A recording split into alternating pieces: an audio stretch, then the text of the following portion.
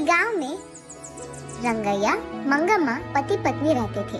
उनका एक सुंदर बेटी भी थी। 2 साल से सूखे के कारण कुएं के पानी सारे सूख जाते हैं और गर्मी की मौसम होने के कारण उसका खेत भी सूख जाता है। उसके सारे पैसे वो खेत में और खेती में गवा देने के कारण उदास होकर रंगैया मंगम्मा से ऐसे कहता है, मंगा, भगवान भला हमसे ऐसे क्यों खेल रहा है। गर्मी का मौसम आ गया, कुएं के अंदर पानी भी खत्म हो गया और खेत का हालत ऐसे है। सारे पैसे मक्के में डाल दिया मैंने। ऐसे वो निराश होता है।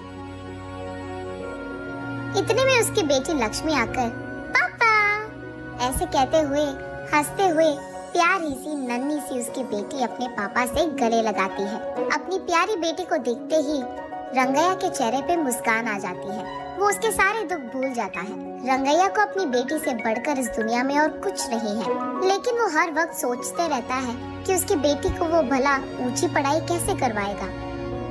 तब बेटी अपने पापा से, क्या हुआ पापा, आप ऐसे क्यों हो, ऐसे पूछती है। कुछ नहीं बेटा, हमारे खेत में उग रहे मक्के हमारे हाथ नहीं आएंगे, इसी का डर है।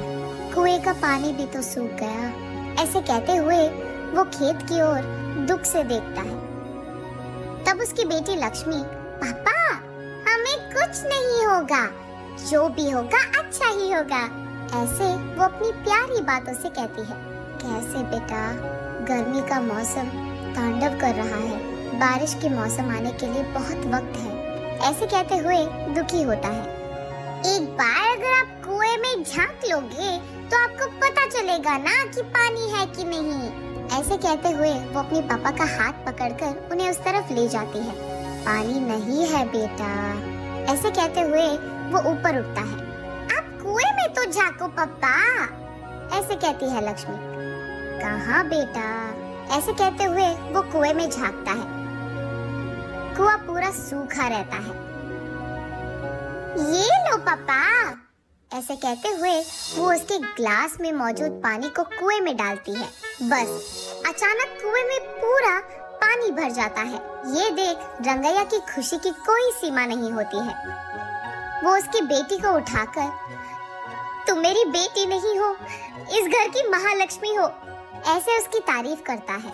ऐसे वो उसके खेत में पानी डालकर अपनी खेत को बचाता है। लेकिन उसी समय गांव के कोई भी कुएं में पानी नहीं रहता है और क्योंकि ये बात इधर उधर फैल चुकी है, गांव वाले सारे उसी कुएं के पास आकर पानी लेते थे। ये देख उस गांव का घमंडी जमींदार वहां आकर, क्यों रंगैया, क्या हो रहा है यहाँ?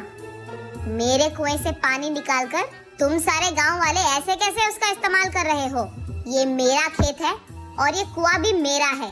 मैंने ये सोचकर दिया कि तुम गरीब हो, काम कर लोगे, लेकिन तुम यहाँ समाज सेवा कर रहे हो। ऐसे ही देखता रह जाऊंगा तो ये खेत भी तुम्हारा कह दोगे तुम। ऐसे गुस्से में उससे बात करता है। तब रंगैया, साहब मैं ऐसे थोड़ी करूंगा, हमारे पूर्वजों से यही हम काम कर रहे हैं। अब अगर आप ऐसे बात करोगे तो हमारा क्या हो जाएगा साहब? ऐसे कहते हुए वो उसके पैरों पे गिर जाता है।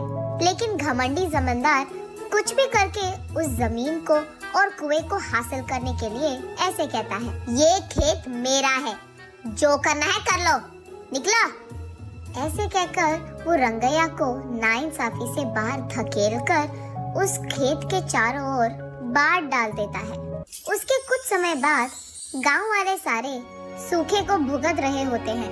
सारे कुएं सूख जाते हैं और सिर्फ रंगैया के कुएं में पानी रहने के कारण गांव वाले पीने के पानी के लिए जमींदार के पास जाकर ऐसे कहते हैं, साहब पीने के लिए पानी ना होने के कारण प्रजा मुश्किलों में है।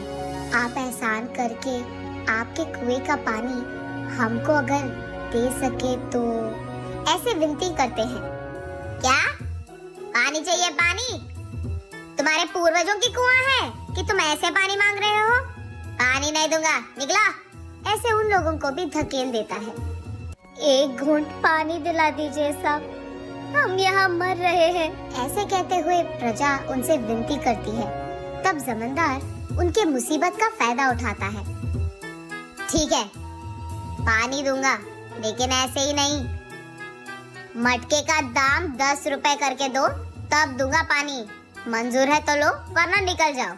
कुछ न कर पाने के कारण प्रजा चुपचाप उन्हें पैसे देकर पानी लेते हैं। घमंडी जमींदार जब पानी के लिए उसके मटके को कुएं के अंदर डालता है, अचानक एक ही झटके में सारा पानी सूख जाता है।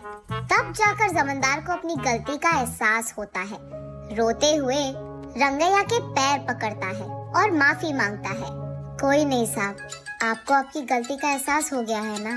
तब जाकर वो रंगैया की बेटी की सहायता से जब मटके को कुएं के अंदर डालता है तो अचानक पानी पूरा भर जाता है कुएं में और सारी प्रजा इस घटना को देख बहुत खुश होती है।